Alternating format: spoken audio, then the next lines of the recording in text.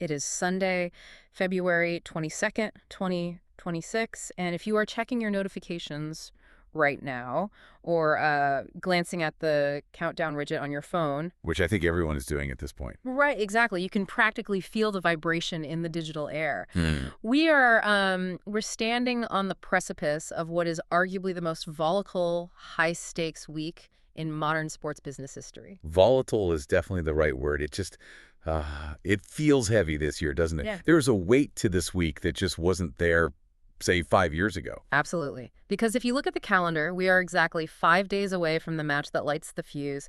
Friday, February 27th. That is when Netflix drops Drive to Survive Season 8. Yep. And then less than 2 weeks later, the lights go out in Melbourne for the 2026 season opener. It is, it's the holiest month on the motorsport calendar. It really is. And, I was thinking about this on the drive over. If we were having this conversation 10 years ago, back in the prehistoric era of 2016, Oh, wow, yeah. we would be having a very different chat. We'd be nerding out about gear ratios and tire degradation, aerodynamic drag coefficients, and a sport that was, let's be honest, a little bit insular. I mean, a little bit. It was a walled garden. It was a fortress. You either knew what a drag reduction system was or you just weren't invited to the party. Exactly. It was highly technical, it was incredibly Eurocentric, and it was really struggling to get anyone in the United States to pay attention for more than maybe 5 minutes. It was a sport for engineers and wealthy enthusiasts. Right. But today Oh. we aren't just looking at a racing series. We are dissecting a cultural juggernaut. We are talking about a lifestyle brand, a transmedia content universe, and $1 billion economic engine that has, frankly, completely rewritten the playbook for how sports are monetized. It is wild. I was looking at the stack of research we have for today. We've got industry reports from the last quarter of 2025. We have these demographic surveys from Motorsport Network that literally just came out. Fresh off the press. Yeah, and press releases from Apple about their new broadcast partnership. And the transformation across all these sources is just staggering. So the mission for this deep dive is pretty clear. We need to unpack how a documentary series didn't just film a sport, but fundamentally re-engineered its economics, its demographics, and its entire future. And we really have to ask the hard question, too. Because in this new world of reality sports, where does the entertainment end and the actual sport begin? Because that line is getting blurrier by the season. It is, and that is exactly the question we are going to wrestle with today. We're going to talk about the Netflix effect, the explosion of the U.S. market, and this massive new Apple TV Plus partnership that kicks off this year. But before we get existential about reality television, let's get immediate. Season 8. Yes. It drops this Friday. We've got the intel from the release confirmations. What are we about to watch? Well, getting into the time machine for a second, or rather, just looking back at last year. Season 8 is covering the 2025 FIA Formula One World Championship. And for anyone who watched it live, this was, simply put, an absolute banger of a season. It was incredible. I remember watching those final few races, and my heart rate was probably higher than the drivers. Oh, the narrative arc was essentially perfect for television. You had Oscar Piastri coming out of the gates as the early favorite. Yeah. Everyone in the paddock thought, okay, the Aussie has arrived. This is the changing of the guard. I remember that distinctly. The hype around Piastri in the first third of the season was off the charts. He was cool, calm, collected. He looked like an absolute machine. He did. Hmm? But then you had the mid-season resurgence of Max Verstappen, the inevitable return of the king, so to speak. You can just never count Max out. Never. And then the climax, Lando Norris. The narrative arc of Lando Norris is practically written for Hollywood. The lovable, funny kid who finally grows up to be the killer. It really is. Securing his maiden world championship at the finale in Abu Dhabi. And the margin. 2 points. 2 points. After 20-something races, thousands of laps all over the globe, and it comes down to a gap you could count on one hand. Razor thin. And on top of that, you have McLaren taking the constructor's title for the second year in a row. So we have this incredible internal dynamic at McLaren with Piastri and Norris. Teammates, driving the same car, fighting for the same crown. That is the absolute bread and butter of Drive to Survive. Oh, yeah. Teammate conflict is exactly what the producers wake up in the morning hoping for. The tension in that garage must have been thick enough to cut with a front wing. But Drive to Survive isn't just about who won the shiny trophy. In fact, sometimes the winner is the least interesting part of the show. It's about the mess, the off-track explosions. What are we expecting on that front? The explosive storylines are very heavy this season.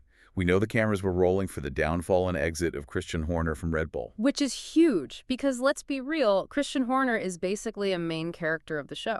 He is the protagonist, or the antagonist, depending entirely on who you support. But he has been a staple since season 1. He understands the assignment of reality TV better than almost anyone in that paddock. Seeing his exit documented from the inside, the closed-door meetings, the phone calls, the awkward silence, that is going to be massive television. Definitely. Then you have Lewis Hamilton. The 2025 season was his transition year. The Netflix cameras were right there for his preparations to move to Ferrari. Seeing Lewis in red gear, even just the prep for it, that is a historic shift. It's like Michael Jordan moving to the Wizards, but if the Wizards were the most iconic and successful team in history. That's a great analogy. Yeah. And then on the much sadder side of things, we have Daniel Ricciardo. Oh, don't. My heart honestly can't take it. It is a tragedy in the classical sense. The abrupt mid-season exit. You have to remember, Ricciardo was the breakout star of season 1. He was the gateway for so many fans. He was the smiling, joking face that welcomed America into the sport. To see his departure, the realization that the dream is finally over, that's going to be the emotional anchor for this entire season. It's going to be a real tearjerker. It is. And for the tech nerds and political junkies out there, we've got Adrian Newey moving to Aston Martin, the genius car designer shifting his allegiances, and the return of Flavio Briatore to the paddock. Flavio, the ultimate villain, returns. Exactly. And his intense management of Jack Doohan. It's going to be highly dramatic. But here's where it gets really interesting and where we start to see the cracks in the Netflix facade. Mm-hmm. We need to talk about the friction between the reality of the sport and the reality of the show. Right. This is the Hollywood Orisation critique that we've seen bubbling up in the source material. Precisely. We are seeing major pushback from the drivers themselves now. Lando Norris, the world champion, the star of the show, the guy who just won it all, has publicly criticized Season 8 before it even drops. Really? That's unusual for the reigning champ. Usually they play the game and promote the product. What exactly did he say? He didn't mince words at all. He called the show's portrayal of his relationship with Max Verstappen fabricated nonsense and lying. Fabricated nonsense. That is a very specific, almost legalistic phrase. And lying is a heavy accusation to throw at your broadcast partner. It really is. The show apparently suggests they were at serious odds, bitter rivals who couldn't stand each other, staring daggers across the paddock. But Norris is coming out saying, no, we remained friends the whole time. We were gaming together online. We were sharing flights to the races. But friendship doesn't sell subscriptions. Conflict sells subscriptions. Exactly. And Norris is calling out the editing tricks. He is essentially pulling back the curtain and telling the fans, look, this isn't a documentary. It's a soap opera that happens to use real people. And we know they do this. The industry reports have highlighted this for years. We've all heard about the infamous Frankenbites. Right. For you listening who might not know the term, a Frankenbite is when the audio editors take a radio message from, say, Race 4, where a driver is genuinely furious about a mechanic making a mistake or a tire puncture, and they overlay that audio onto footage from Race 10, where he's actually driving calmly, to make it look like he's reacting aggressively to a rival driver. So they are creating a completely false causality. They do. They manufacture an emotion that simply didn't exist in that specific moment. Or they use the sound effects. The tire screeches on the gravel. That one always gets me. That is the classic example. Anyone who understands basic physics knows that rubber tires locking up on loose gravel do not make a high-pitched screeching noise on asphalt. They make a dull, crunching noise. But in the Netflix edit, every time a car goes off track into the trap, it sounds like a massive screech. It's the Hollywoodization of the sport to make it feel like a Michael Bay movie. But here is the devil's advocate argument, and I think this is the core of the tension we are seeing in 2026. Does the audience actually care? If you are one of the millions of new fans who found the sport recently, do you want the objective truth, or do you want the screech? That is the billion-dollar question for Formula One management. We are seeing a real divergence in the survey data. The legacy fan, the person who has been watching since the Schumacher era or earlier, views this editing as a betrayal of the sport's integrity. They see it as insulting to their intelligence. But the data suggests the newer Netflix fan views the sport merely as the raw material for the show. For them, the drama is the primary product.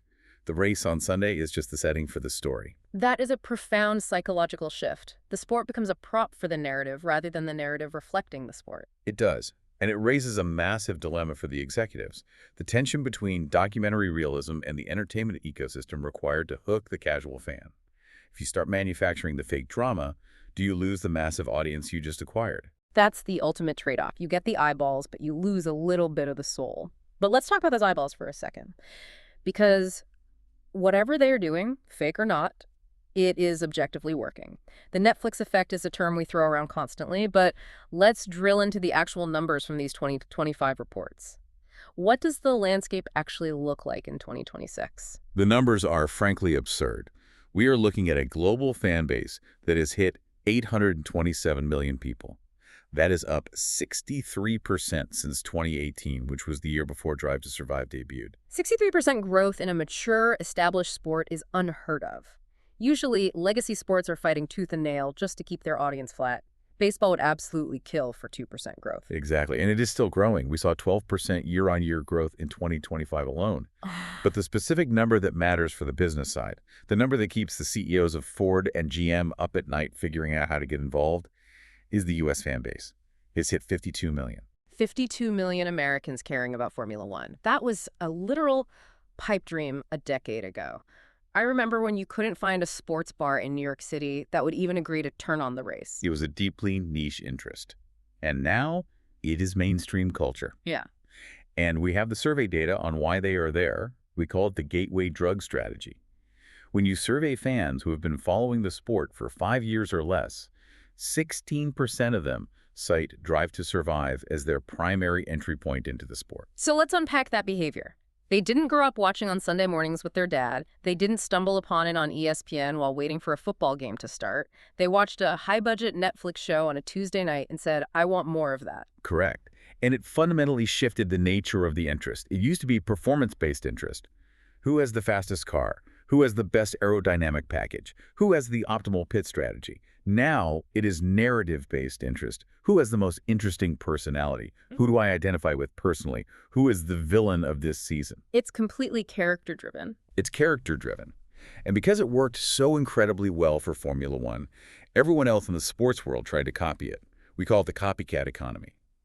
Box-to-Box Films, the production company behind Drive to Survive, basically got a blank check to do this for every sport on Earth. Right. I watched Full Swing, the golf one. That was actually pretty good. Full Swing was a massive success. But we have to look at why it succeeded. The data shows that 63% of viewers tuned into live PGA Tour coverage after watching the show. And they saw an 11% increase in new viewers. But Full Swing had a gift from the sports gods, the Live golf drama. Ah, right. The civil war within golf. Exactly. Season 2 covered the PGA versus Live golf split.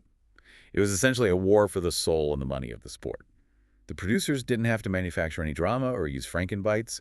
The drama was entirely real and existential. It was Shakespearean. Friends betraying friends for hundreds of millions of dollars. You can't write that. Exactly. And the NFL one? Quarterback. That was huge. Huge hit. 12.7 million views. Focusing on Patrick Mahomes, Kirk Cousins, and Marcus Mariota. It worked because it humanized the most protected position in American sports. But, and this is a crucial point in the reports, not every attempt worked. And the failures are actually way more instructive than the successes. Right. I remember hearing about the tennis one, Breakpoint. Canceled after 2 seasons. Oof. Why? Tennis seems like it has plenty of drama. Individual rivalries, smashing rackets, screaming at umpires. It feels like it should work perfectly. It does on paper, but the access simply wasn't there. This is a structural issue with the sport itself. Formula One is a centralized dictatorship in the benevolent sense. The teams are contractually bound to the commercial rights holder. If F1 management says Netflix is coming in, the garage doors open. Everyone just has to play ball whether they like it or not. In tennis, it is a highly fragmented collection of independent contractors. You have the ATP, the WTA, the 4 Grand Slams, which are all fiercely independent. Getting the top stars like Novak Djokovic or Rafa Nadal to fully buy in and wear a microphone 24/7, practically impossible. So you ended up with a show focusing on the 15th best player in the world. Which creates a massive stakes problem for the viewer. If I am watching a show about the guy who consistently loses in the second round, I'm not seeing the pinnacle of the sport. I'm seeing the middle management of tennis. Exactly. It felt like a highly produced PR exercise. It lacked authenticity. And then you look at the cycling one, Tour de France. Yeah. Tour de That France, one was also canceled, right? canceled after season 3. And this one failed for a completely different reason. It's what the analysts call the knowledge gap. The show had incredibly high production costs, but the domestic viewership in France, which is the core traditional base of cycling, just didn't care. Why wouldn't they watch a beautiful documentary about their own legendary race? Because they already knew the sport too well. They saw through the dramatization immediately. They knew the team tactics, they knew the riders' real personalities. The Netflix effect relies heavily on explaining a complex, insular world to absolute outsiders. It works perfectly as a translation layer. That is a brilliant distinction from the reports. If the audience is already expert level, the translation just sounds patronizing. That's exactly it. The model requires 3 things: deep behind-the-scenes access, a centralized league structure with consistent characters, and a complex world that actually needs explaining. Formula One provides all 3 perfectly. You have exactly 20 drivers. They can't hide. They are stuck in the same paddock every 2 weeks. It's a traveling circus. So we've got these millions of new fans who needed that translation layer, but let's look at who they actually are. Because the stereotype of the F1 fan, let's be honest, was an older guy, probably works in engineering or finance, owns a collection of scale model cars, and can tell you the precise firing order of a V10 engine from 1998. The old male petrolhead. Yeah, that demographic is still there, and they're economically important, but they are no longer the dominant narrative of the sport's growth. The demographic shift we are seeing in the surveys is profound. Paint the picture for me. How has the face of the fan changed according to the latest data? First, the youth movement is staggering. 43% of the global audience is now under 35. That is up from 30% in 2018. That is a massive injection of youth into a legacy brand. Wow, that is the exact demographic every single advertiser on Earth wants. And in the US specifically, 70% of Gen Z fans engage with F1 content daily, not just on race weekends, daily. TikTok, Instagram, YouTube, it's a constant, endless feed of content. That is incredibly valuable engagement. That's lifestyle engagement. That means they're thinking about Formula One when they're waking up on a random Tuesday, not just when the race starts on a Sunday afternoon. But the even bigger shift, the one that is changing the business model, is gender. 42% of the global audience is female. That is nearly parity in a motorsport. It's incredible. Women account for 3 out of every 4 new fans coming into the sport right now. And this isn't just passive watching on a Sunday. The F1 Academy, which is the all-female racing series, is followed by 42% of those female fans. It has created this massive flywheel of engagement and loyalty. That completely changes the value proposition for sponsors, doesn't it? You are not just selling motor oil and heavy machinery to middle-aged men anymore. Absolutely not. You are selling lifestyle, fashion, tech. And we really need to debunk a myth here that shows up in the data. There's this persistent idea among the legacy fans that these new Netflix fans are tourists, that they are fake fans who are just here for the off-track drama and they will leave the minute the racing gets boring. Right, the classic gatekeeping argument. Name 3 drivers from the 1980s or you're not a real fan. Exactly. But the survey data absolutely destroys that narrative. 90% of fans report being emotionally invested in the actual race outcomes, and 94% plan to continue following the sport 5 years from now. These aren't tourists. They're converting into committed, long-term followers of the sport. That is sticky. That is a sticky audience. Very sticky. And for Gen Z, specifically in the U.S. market, 70% say F1 represents a status or image that appeals to their personal identity. It is cool to be an F1 fan now. It says something specific about you to your peers. It says you're sophisticated, you're global, you like high-tech, high-glamour things. It is an aspirational identity. Exactly. And that identity politics is worth billions of dollars. Which seamlessly brings us to the economics of 2026. Let's follow the money. Because you mentioned billions, how has this influx of young, diverse, emotionally invested fans changed the actual balance sheet of the sport? It has essentially flipped the entire financial model on its head. Historically, hosting a Grand Prix was a loss leader for a country. You did it for national prestige. A government would write a massive check to Formula One to put their country on the global map, but they fully expected to lose money on the event itself. Remember the races in India or South Korea? I remember them well. They built these billion-dollar facilities in the middle of nowhere, and the tracks just sat there rotting after a few years because nobody went. Today, races are massive economic engines for what we now call destination cities. Look at the Las Vegas Grand Prix. The race straight down the strip, the visual that basically defined the new era of the sport. That single event generated $1.5 billion in economic impact for the city. 1.5 billion with a B. With a B. For context, that is more than Super Bowl 58 generated for Las Vegas. That is mind-blowing. A single race weekend beating the Super Bowl. How is that even mathematically possible? It comes down to the specific type of visitor the race attracts. The Super Bowl attracts a mix of corporate money and die-hard football fans who might buy a jersey and drink some beers at a sports bar. Visitors for the Vegas Grand Prix spent 3.6 times more than the average Vegas tourist. So these are the high rollers, the absolute whales. These are people booking ultra-luxury suites at the Bellagio, eating at Michelin-star restaurants every night, and dropping serious money at the VIP tables in the casinos. It is the ultimate luxury consumer. Miami is the exact same story. The Miami Grand Prix generated a $449 million economic benefit back in 2023. And look at the ticket pricing strategy. This is where you see the demand curve in action. In Austin, attendance rose from 264,000 to 400,000 over a few years. Basic economics says if supply is fixed and demand goes up, price goes up. And boy, did it go up. Ticket prices jumped 143%. From $195 to $475 for basic general admission, and they still sold out instantly. So the new fan is completely price insensitive. They are buying an experience. They aren't just buying a plastic seat in a grandstand to watch cars go in circles. They are buying the festival atmosphere, the A-list concerts, the proximity to the luxury lifestyle. They are buying the Instagram post that proves to their friends that they were there.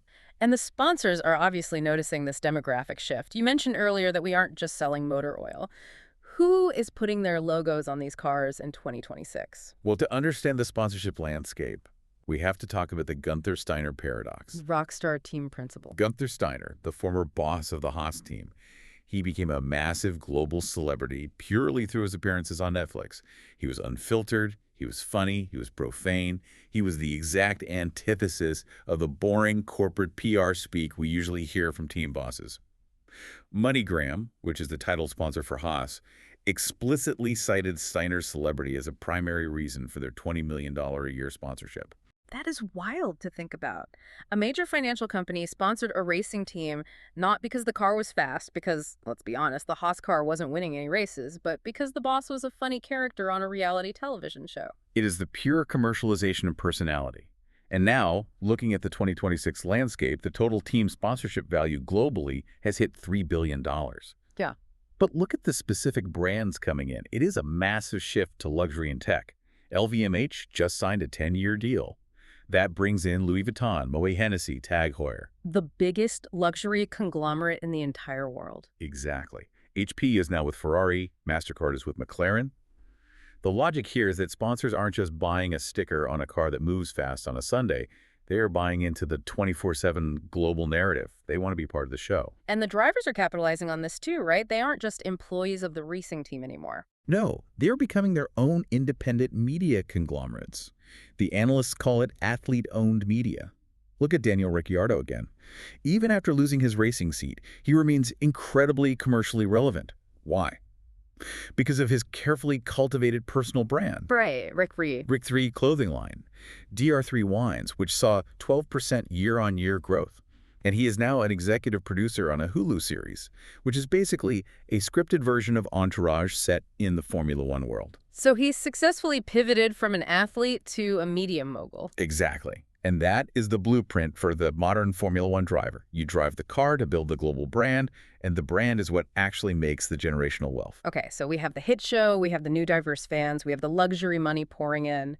But now we have the biggest structural shift of all. The way we actually watch the live sport is changing fundamentally. In 2 weeks, the 2026 season starts, and for you listening in the US, everything changes. The Apple deal. Let's really unpack this, because from the reports, this is highly controversial. What exactly is happening on the broadcast side? Starting with the 2026 season, which again starts in less than 2 weeks, Apple TV Plus becomes the exclusive U.S. broadcast partner for Formula One. So it is goodbye ESPN. Goodbye linear TV entirely. Yeah. Goodbye cable. This is a 5-year partnership estimated at $150 million annually. That is $750 million total. That is a massive, massive check for the U.S. rights. It is. And The content scope is totally comprehensive. They get all sessions. Free practice, qualifying, the sprints, and the Grand Prix themselves. Now, some races and practice sessions will be available for free on the Apple TV app to tease people in, which is the classic freemium model. But full access to the season requires the paid subscription. So we are officially moving the live sport behind a streaming paywall. We are. And F1 TV Premium, which is the sport's own streaming service, remains available, but only via an Apple TV subscription. It is being forcibly folded into the Apple ecosystem. Ecosystem is the perfect Apple buzzword, because it's never just about watching a video with them, is it? Never. And this is exactly why Formula One took the deal instead of staying with traditional television. It's not just about the broadcast feed. Apple is amplifying F1 across their entire hardware and software suite. Apple Music will have curated playlists and exclusive driver audio. Apple Maps will have deeply integrated guides for the circuits and host cities, directing you where to eat in Monaco or where to park in Silverstone. Apple News and Sports will have real-time telemetry data widgets pushed directly to your iPhone lock screen. So you can just glance at your phone on a Sunday morning and see the live lap times without even unlocking it. Exactly. It removes all friction. And the big one, the technological leap, Apple Vision Pro. The mixed reality headset. Immersive viewing experiences. Imagine sitting on your couch in Ohio, but virtually you are standing right on the pit wall next to Toto Wolff. Or you are sitting in the cockpit alongside Lando Norris, seeing exactly what he sees in 3 dimensions as he dives into turn 1. That is the ultimate promise of the Apple partnership. It sounds incredible from a purely technological standpoint, but isn't there a huge strategic risk here? We just spent 30 minutes talking about how the sport grew because of casual fans finding it easily. If you put the live product behind an Apple paywall, do you inadvertently cut off the pipeline of new fans? That is the big strategic risk outlined in the reports, the paywall debate. ESPN was phenomenal for growth because it was just on basic cable. You could be channel surfing in an airport bar, see a race, and get hooked. Now you have to actively seek it out, pull out your credit card, sign up for an account, and pay for it. That is a massive friction point for a casual viewer. It is, and the massive sponsors we just talked about, the MasterCard, the HPs, they pay for eyeballs. They want maximum reach. If live viewership dips significantly because people don't want to pay for yet another streaming subscription, are those sponsors going to be happy paying premium rates? Right. If you drop from 2 million casual viewers on ESPN to maybe 800,000 diehards on Apple TV, that is a serious problem for the chief marketing officer of MasterCard. That is the primary concern. Is the exclusive, high-end environment of Apple enough to satisfy them? But the counter-argument from F1 management and what they are betting their future on is that the fan base is incredibly sticky and digitally native. We said 70% of Gen Z engage daily. These young fans are already streaming absolutely everything. They aren't watching legacy cable. They don't even have a cable box. So moving to a digital streaming platform might actually feel much more natural to the core demographic than telling them to tune into a linear television channel at a specific time. That is a very fair point. If your target audience is 25 years old, they live on their phones and Apple devices anyway. Plus, we absolutely cannot ignore the synergy with F1, the movie. The Brad Pitt movie. Which was, of course, an Apple original film. It released globally in December 2025 and grossed nearly $630 million at the box office. Massive cultural hit. It was. So Apple has already primed the global audience with this huge blockbuster movie. And now, just a few months later, they are handing them the actual live sport on the exact same platform. It is a brilliantly calculated, integrated corporate strategy. They are harvesting the crop they just planted. It is a brave new world. We have gone from a niche European engineering competition to a Netflix reality show to a fully integrated Apple lifestyle product in less than a decade. It is the ultimate evolution of how sports will operate in the 21st century. So, as we wrap up this deep dive into all these reports, let's try to synthesize this for everyone listening. What does this all mean for the future? We are standing on the precipice of this 2026 season. The synthesis is essentially this. Formula One has successfully transitioned from being a traditional sport to being a lifestyle brand. It is a massive content universe where the Sunday racing is just one pillar of the business. But the 2026 season represents a massive test of this model. Can the sport sustain this unprecedented growth without the specific characters that built it? Gunther Steiner is gone. Daniel Ricciardo is gone. Can it thrive behind an Apple streaming paywall? And can it survive the fake accusations from its own champions? That is the final provocative thought I want to leave you with today. If the interpersonal drama is what hooks 90% of the new fans, as the data clearly suggests, and the drivers like Lando Norris are increasingly calling out that drama as fake or lies, do we eventually reach a breaking point? A point where the reality show completely breaks the reality of the sport. Or has the sport simply become a prop for the show? If the narrative is ultimately more important to the bottom line than the race result, doesn't even matter if it's fake, as long as it's entertaining. If the tire screeches are fake, but the adrenaline you feel watching it is real, does the audience even care? Oh, that is a thought that is going to keep me up at night. Sure. Are we watching a sport or are we watching unscripted drama that just happens to feature fast cars? Maybe. In 2026, Yeah. there's just no difference anymore. Well, on that note, get your popcorn ready for Friday. Drive to Survive Season 8 drops. And then get your Apple TV ready for Melbourne. It is going to be an absolutely fascinating year. Thank you for joining us as we explored this transformation. See you lights out.